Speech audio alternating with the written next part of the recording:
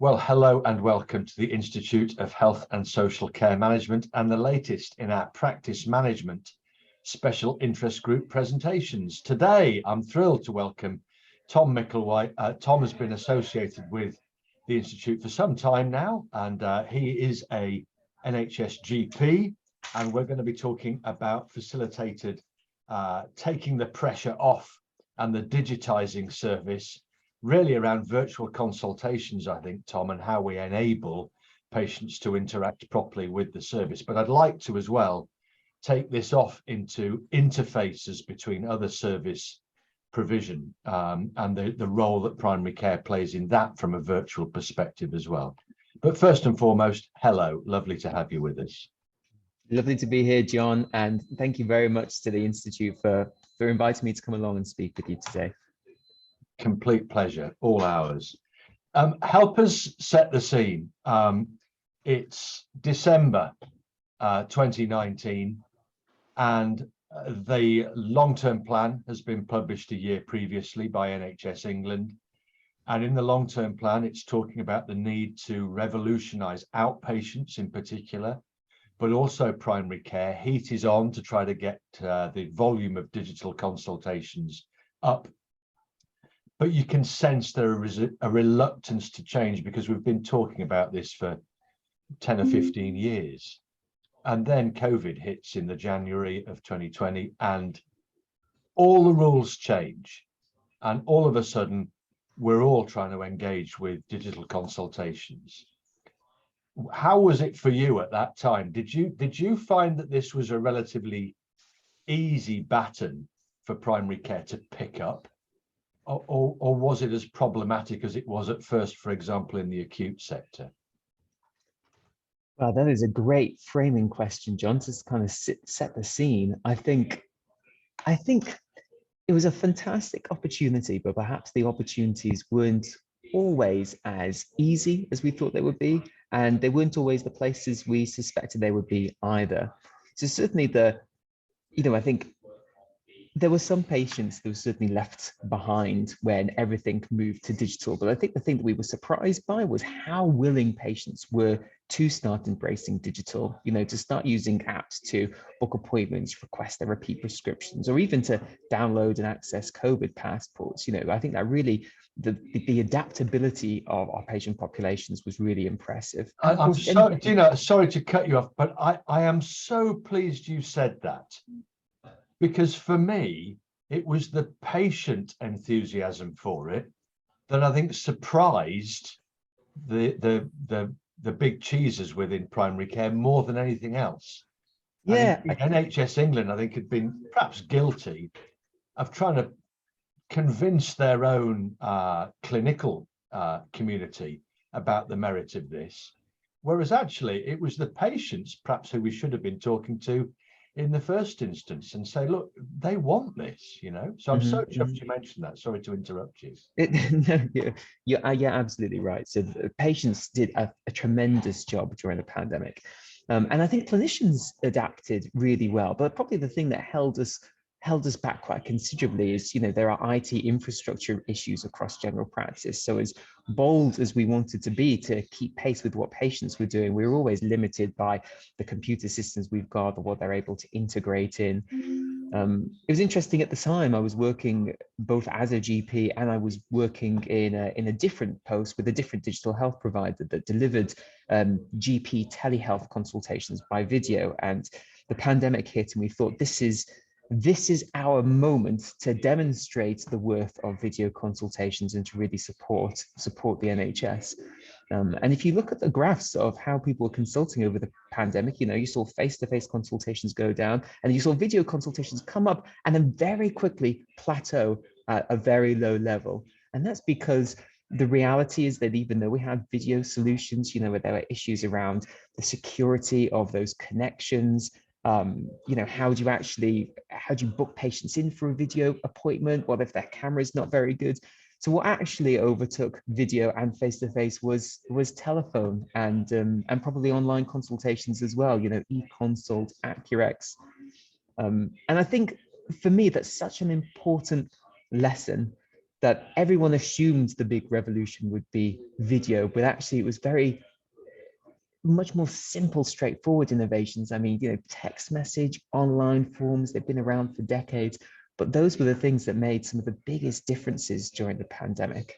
But if I may, the thing that frustrates me and continues to frustrate is the commentators who kind of say virtual yes or virtual no, and patient yes or patient no. Whereas actually, even if you took it to 20-30% of the old face-to-faces were now virtual in nature and a video nature, that is still a huge release valve, isn't it, for a service under immense pressure? And I wish we'd stop looking at this as two polar opposites.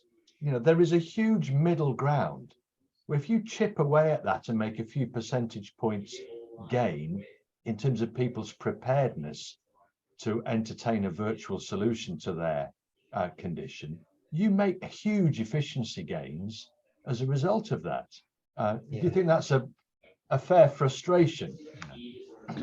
I think that's totally a fair frustration, John. And I think the other benefit of those kind of 1%, 2%, 3% conversions is they just disrupt some of the fixed thinking around what your interaction with a healthcare provider has to look like. I think we were fixed in a very traditional consultation model.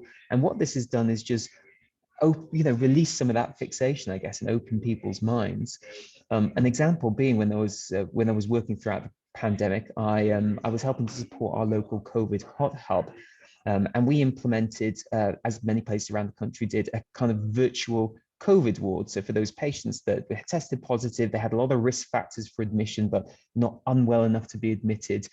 We set up a system where they would just text in, daily symptom scores, oxygen saturations, and it allowed us to keep them out of the hospital for longer. There's some research that was done, I think with Shah et al. Last year, and they found that amongst COVID virtual wards, for every 100 patients that were enrolled, you released workforce capacity equivalent to one full-time equivalent clinician. And actually that's really significant when you're talking about doctors and nurses that are in such short supply. So yeah, just opening our minds and considering the possibilities for what digitally supported consultations might look like. There's real potential benefit there for efficiency gains, like you said. Okay, so then the COVID pandemic, fingers crossed here, begins to decline, and we can return to some type of normality. I think it's, I'm not suggesting that it's over, far from it, but we're returning to some kind of a normality.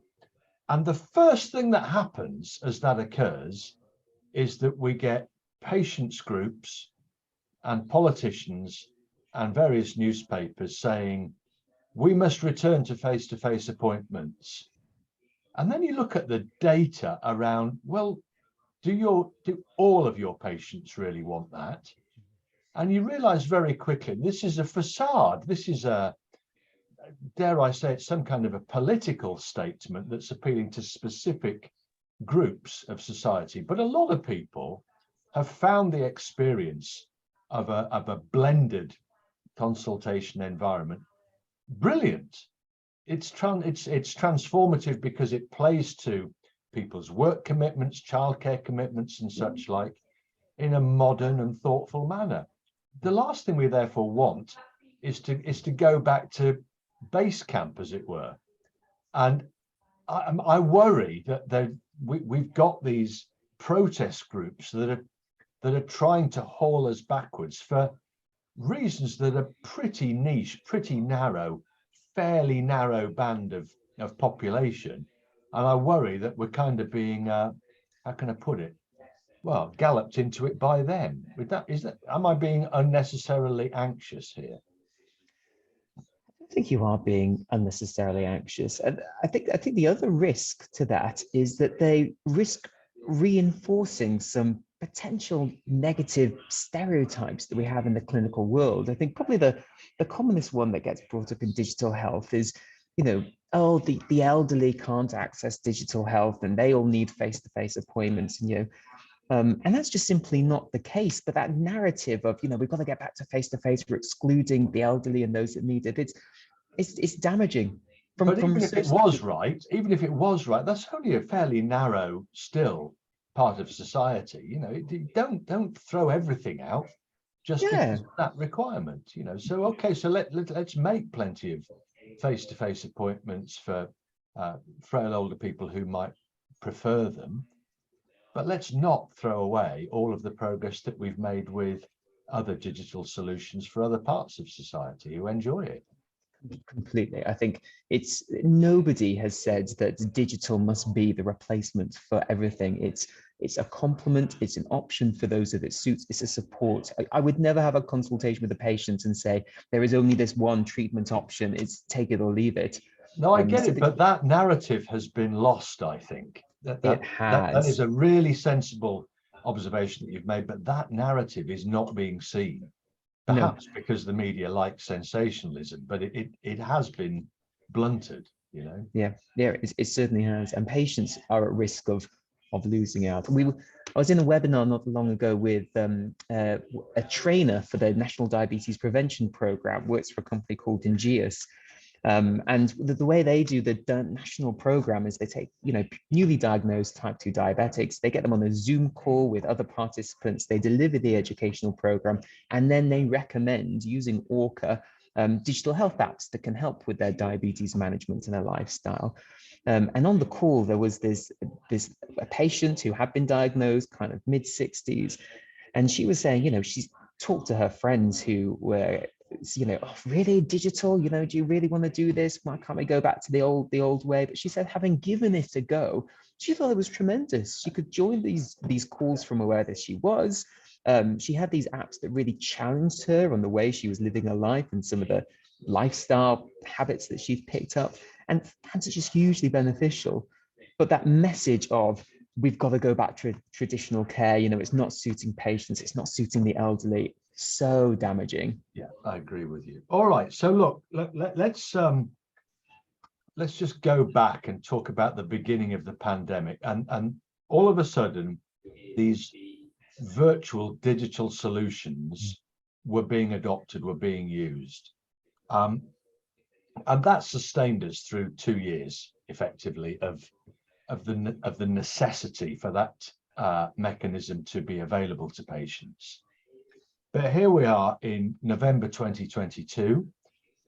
How have things developed from January 2020 to November 2022? What have you seen in terms of, moving beyond a mere virtual consultation capability? What else are you now seeing in terms of the sophistication of the digital solutions that are available?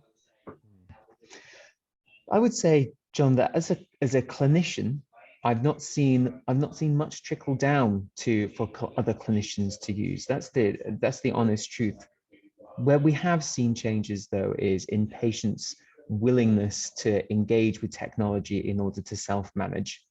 So I think pre-pandemic, and if there's other clinicians on the call, they may empathize with this situation. You started getting a few patients with kind of, Apple Watch ECG traces, or, oh, my oxygen levels are low, what does that mean? During the pandemic, lots of patients were purchasing their own at-home medical equipment, so blood pressure monitors, O2 saturations probes.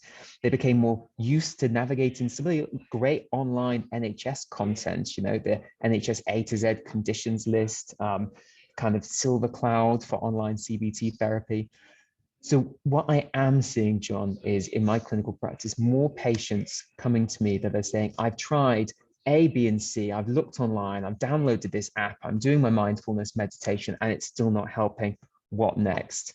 And that's a really interesting space to work in as a clinician, because you suddenly realize, oh, dang, like I've got to catch up on this stuff. So I know what the patient's talking about. And how can I further support that self-empowerment, that activation, because I love what they're doing and I want them to carry on owning their health in that way. Oh, I like that. That's a great way of looking. I mean, I was looking at it perhaps more from operational perspective, to say, how are you now being able to manage your patients more effectively through virtual and digital technology solutions. Because my next thing was going to be, and how do you see that evolving? But we can go to use your patient example. How do you now see that evolving over the next 2, 3, 4 years? Because, you know, if this is anything like technology elsewhere, the acceleration now should be profound. I mean, we should see huge developments taking place. Let me frame the question slightly differently then. What would you like to see as next stage developments for technology solutions within primary care and beyond? I think the first thing I would like, it doesn't necessarily need a technical transformation. The fact is that healthcare IT, it takes a long, it's a slow way, you know, the NHS can be a bit of a laggard sometimes in terms of getting the infrastructure. You know, we're not all going to get brand new iPads anytime soon. So in some ways, the patient revolution is probably going to come through a lot faster, kind of consumer technology. Yeah. I think what I would like to see is better education of healthcare professionals around digital, so that we're all feeling more comfortable talking about it, and also so we can direct patients away from technologies that might be harmful and towards those that might be really beneficial for them and for us as clinicians. We've done some work looking at the health app market at Orca, and 8 in 10 health apps that you find in an app store fail quality standards, at worst are unsafe or dangerous.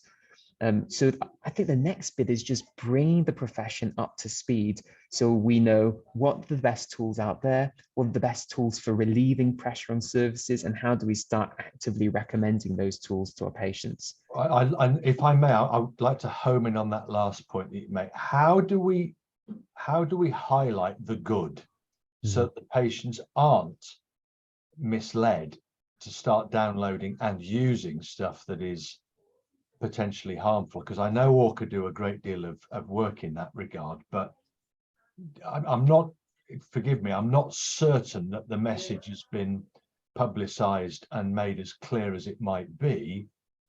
You know, otherwise there would already be some kind of a kite mark thing that everybody would absolutely understand that that's the mark of rubber stamp kind of quality. Does that make sense? Yeah, no, it does make some sense. I mean, we used to say, you know, look out for a CE mark on medical devices, but the problem is that the majority of health apps fall outside of medical device regulation because lots of them are educational. But it's still not a general public consciousness thing. You know, no. I know we might understand it, you know, in med tech circles, but I'm not sure your average Joe on the high street knows that's what to look for, you know. I think it's hard to know the best way other than to start creating our own organizationally endorsed apps lists, you know, app stores. But we have that, didn't we? We had that. We had the NHS Digital Library, effectively, or recommended apps and so on, and it became so confusing and so convoluted that it was done away with, and I thought rather prematurely. I think I'd have rather they just looked more progressively at how it could be better organized and how it could be searched more effectively. But the challenge, I think something of that nature is required. The challenge with it, and you know, this I put this out as a kind of caution to, because there are lots of organizations that have produced their own app libraries and app lists. The thing that makes it so difficult is that it's not like producing the BNF and a list of drugs and that list becomes static. Apps go through multiple updates, sometimes, you know, 6 or 7 a year, and every single update might introduce a new feature that makes it unsafe or makes it less data secure. So as soon as you've published the list, you know, within 3 months, potentially the list is out of date. And that's kind of the challenge that the NHS app library had. So maybe Orca have a great infrastructure, and any time there's an update to an app, it gets listed for a reevaluation. So there's continual monitoring, but it's quite difficult to do locally if you're kind of managing your own lists. So are there things that, I mean, I'm not sure this is a question for now, but I mean, there must be things that we should be educating the great British public to be looking out for, to reassure themselves that an app they're intending to use is safe.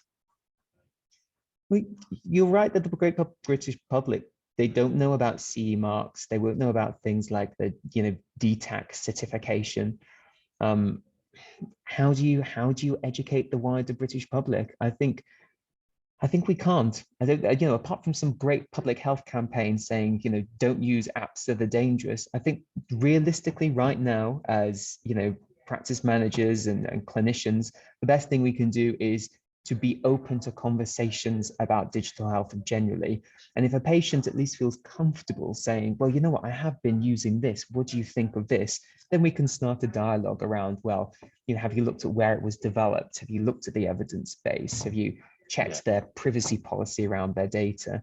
So yeah, a nationwide public health campaign would be great, but within the power of what we can change right now, I think it's opening a dialogue with patients around digital health. All right, so let's go back to the beginning of the pandemic. We needed to take the pressure off the service because people simply couldn't access it, and we knew we were going to be saving up a primary care time bomb if we didn't sort it out. So we brought in some digital solutions and virtual consultations and so on. Here we are, November 2022, and the service is back under enormous pressure. We've got GPs and practice nurses leaving the profession.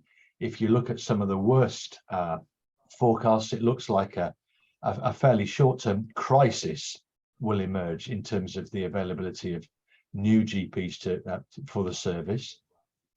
How can we further take pressure off a primary care service provision that is already, again, under enormous pressure? Is there anything we can do from a technical digitising perspective to help with this? Yes, I think there's a lot we can do, John, and none of these are going to be a quick fix, because if we could quickly solve the crisis general practices in the moment, then it'd be fantastic, and it would already be done. But I think practically what we can do, we've already talked about the self-empowerment piece, so I won't go around it again, but I think having more conversations with our populations, especially at long-term condition reviews or with social prescribers, to say, look, you can manage your COPD better this winter, and here are some tools you can do to manage that. I think that's one way we can start relieving pressure. So is that sort of, sorry to kind of read between the lines, more specialist clinics, that sort of stuff? Is that what you're referring to? I don't think we need specialist clinics, John. I think we can, if we choose the best touch points to recommend these tools, I think we can do it now. It's coming up to winter. A lot of practices will be prioritizing their patients for asthma and COPD reviews, or influenza vaccines for those at highest risk of developing flu this winter. That's a prime time to say, every winter you have a COPD exacerbation. Have you thought about using some of these tools? They might be able to keep you well at home. So I think that's one way, encouraging greater self-management. I think the other way that digital can help is through better activating some of the R's roles that we have working in primary care networks. I speak to a lot of dietitians, pharmacists, occupational therapists who are saying, we want to do more, but the problem is, firstly, convincing other clinicians to let us take more on, and secondly, winning the trust from patients. So I still see patients who come in with back pain, and they'll say, oh, I was offered a physio appointment, but I thought I needed to see a GP, and I'll consult with them, and then my decision is refer to physio. So, but there's a real gap there in what patients understand these different roles can do. And there's a lot of digital triage solutions that can help nudge patients towards the right professional or the right service that they need, so we're not doubling up on appointments. And what about test results and so on? I know this is a bugbear of many practices, that they're besieged, late morning, early afternoon, by people ringing up for test results and so on. And we've not got it right, consistently across the country about, goodness sakes, surely to goodness we could text test results to people, couldn't we, if that's how they would like to receive them? How do we get round this test results logjam, which clearly causes practices a lot of resource angst, let's call it that? From my experience, and there may well be solutions out there that have a smarter answer to this, but I haven't come across them if they are. But what I've started doing for all of my patients is just directing them to the NHS app. So at the point of ordering a test, my line is, go download the NHS app. You can see the results there. If I want you to come in, I'll leave a message on your record to say come in. And I think that just needs to be, that it just needs to become part of our culture in consultations. You know, when we start referring, we should be able to say, check on the NHS app. You can see where the referral's up to, or there's the website My Planned Care, where they can see waiting times for certain services. So again, it avoids a call to the surgery saying, why haven't I been seen yet?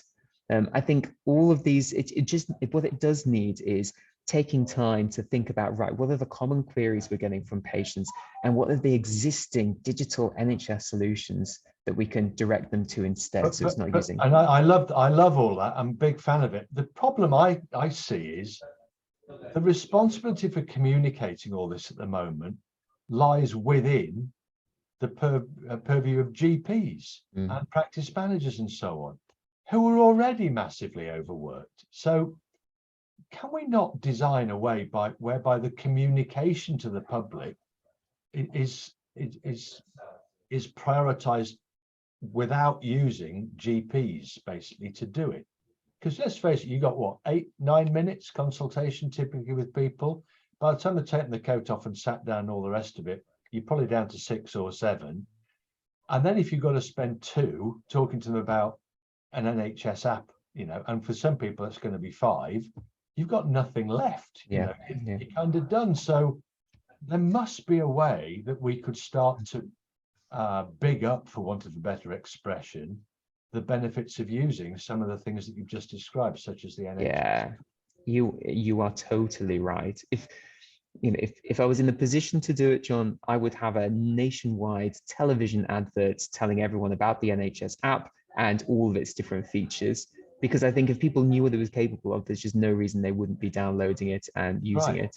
Or even, through social media, get some contracts done with Facebook and the like, That's it. But I think in the absence of a national advertising campaign, it is going to fall onto local groups. And you might be able, if you're plugged into a kind of clinical director network through the PCN or your place or ICS, perhaps there's an ICS campaign team that could push that out across your region. Well, I wanted to talk about ICSs. I don't think we're necessarily going to have time, because I'm interested in the interfaces between the services that have historically been chasms, basically. I'm interested in whether you think that the ICSs are going to be effective in closing those chasms and enabling digital sharing of information across these interfaces far more adequately. Perhaps you might like to comment on that now. Is it happening where you are? It is, and in primary care. I think what the ICSs are very good at is commissioning services. They've got the budget, they've got the benefit of scale, they've got the project manager teams. So they're very good at procuring region-wide solutions. Where it becomes harder, though, is implementing on the ground, because that trickle-down network between place, PCN, practice is still in a level of immaturity, and that becomes very difficult. I'd say the other thing that practices are better at than ICSs is serving as test beds for innovation. I went for a meeting with the Primary Care Association, and they were saying they had a meeting where they brought industry experts, and industry was saying, look, we want to improve the problems that you're having in primary care. We want to develop solutions with you and sit down with your receptionist and build the ideal tool. But from their perspective, general practice is a closed shop, no access, can't peep underneath the covers. And that makes innovation quite hard. But the size of general practices and the fact that the leadership team is small makes them perfect places to innovate and work with industry and try new things out. And then if the solution works, then take it to the ICS for broader commissioning. Okay, well, look, I'm going to give you a minute now, because I'm going to don this. This is my genie hat. I'm turning into a genie before your eyes, Tom. Right. And what's going to happen now? Of course, any self-respecting genie offers people 3 wishes for how they would like their life or career or whatever it might be to now evolve. So I'm wearing the hat, had I got some blue paint and so on, I would probably pop that on as well. But we're just going to have to rely on the hat and the genification that this gives me. 3 wishes, Tom. If I could be the genie that could grant you them, where would we take this in terms of taking pressure off by digitizing the service? What would you advocate? And I'll do my very best to grant them. That is a delicious question, John. Okay, Genie John.